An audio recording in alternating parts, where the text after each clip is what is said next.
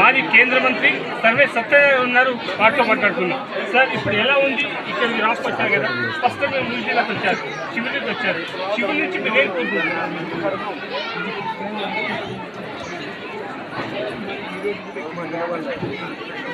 అమ్మాయిలు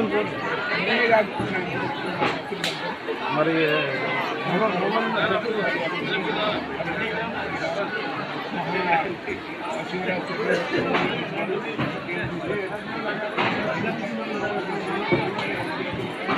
ఉమ్మడి జిల్లాలో ఇలాంటి దైవక్షేత్రం ఉన్నది మీకు తెలుసు. ఇలాంటి యొక్క రాప్ప దేవాలయాన్ని దైవక్షేత్రం కోరుకున్నారు. అందులో మీ ఉమ్మడి హైదరాబాద్ జిల్లా కానీ అలాంటి కోరుకున్నారు. హైదరాబాద్ జిల్లా ముఖ్యంగా తప్పకుండా రోడ్డు రాజకీయాలు కూడా హైదరాబాద్ జిల్లా ప్రపంచ చరిత్రలో ప్రపంచ పటాల్లో నంబర్ 1గా ఉండాలని అనుకుంటారు. కానీ ఈ గడ్డ తెలుగు తెలంగాణ మన రాష్ట్రం మనకు కావాలి. సెల్ఫ్ రెస్పెక్ట్, సెల్ఫ్ గవర్నెన్స్ నుంచి మాకు తెలంగాణ రాష్ట్రం కావాల్సిందే పోరాడి మరీ తెచ్చుకున్నాం. సోనియా గాంధీ గారు మెప్పించి తెలంగాణ తెచ్చుకున్నాం.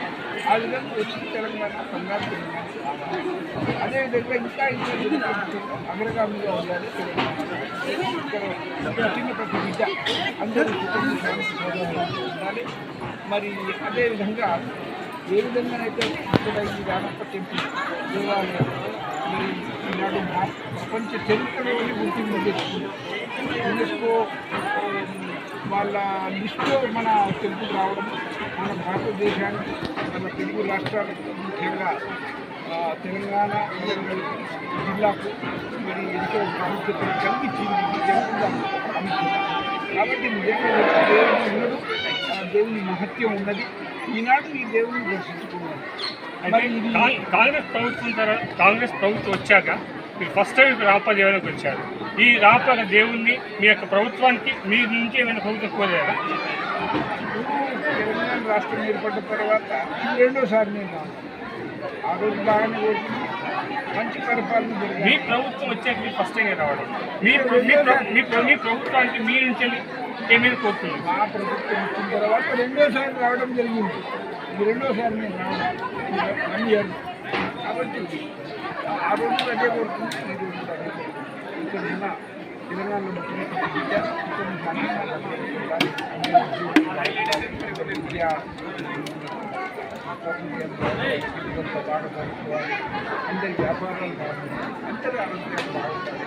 అందరి ఆరోగ్యం అదేవిధంగా కాంగ్రెస్ పార్టీ పరిపాలన వచ్చింది. తెలంగాణ ఇచ్చిన పార్టీ సోనియా గాంధీ గారు ఇచ్చింది. కాబట్టి తెలంగాణ బిడ్డలు కృతజ్ఞతతో మళ్ళీ తెలంగాణకు ఒక ప్రభుత్వాన్ని ఇచ్చినందుకు మేమందరం సంతోషంగా ఉన్నాం. అందరూ బాగుపడతారు, మంచి అడ్మినిస్ట్రేషన్ కావాలి, డైనమిక్ అడ్మినిస్ట్రేషన్ అని కోరుకున్నప్పుడు మనకు ఒక నాయకుడు రేవంత్ రెడ్డి కావాలి. చెన్నారెడ్డి గారి తర్వాత డాక్టర్ నవీన్ చెన్నారెడ్డి గారి తర్వాత మనకు ఈరోజు మంచి ముఖ్యమంత్రి దొరికాడు.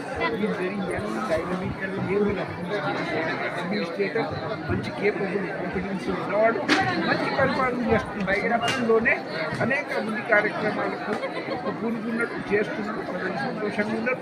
ఇంకా 4 సంవత్సరాలు ఉంది కాబట్టి ఇంకా ఎంతో గొప్పగా చేస్తాడని నమ్మకం కలిగిస్తున్నాడు.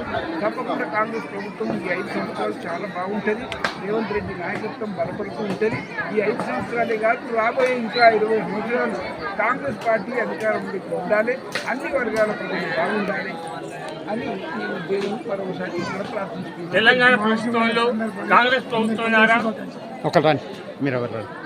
ఇదే విధంగా ఈరోజు పండుగ మహాశివరాత్రి. యావత్ ప్రపంచమే ఈనాడు శివుడిని ప్రార్థిస్తుంది. భారతదేశంలోనే కాక మన రాష్ట్రంలో కూడా, మన తెలుగు రాష్ట్రాలు.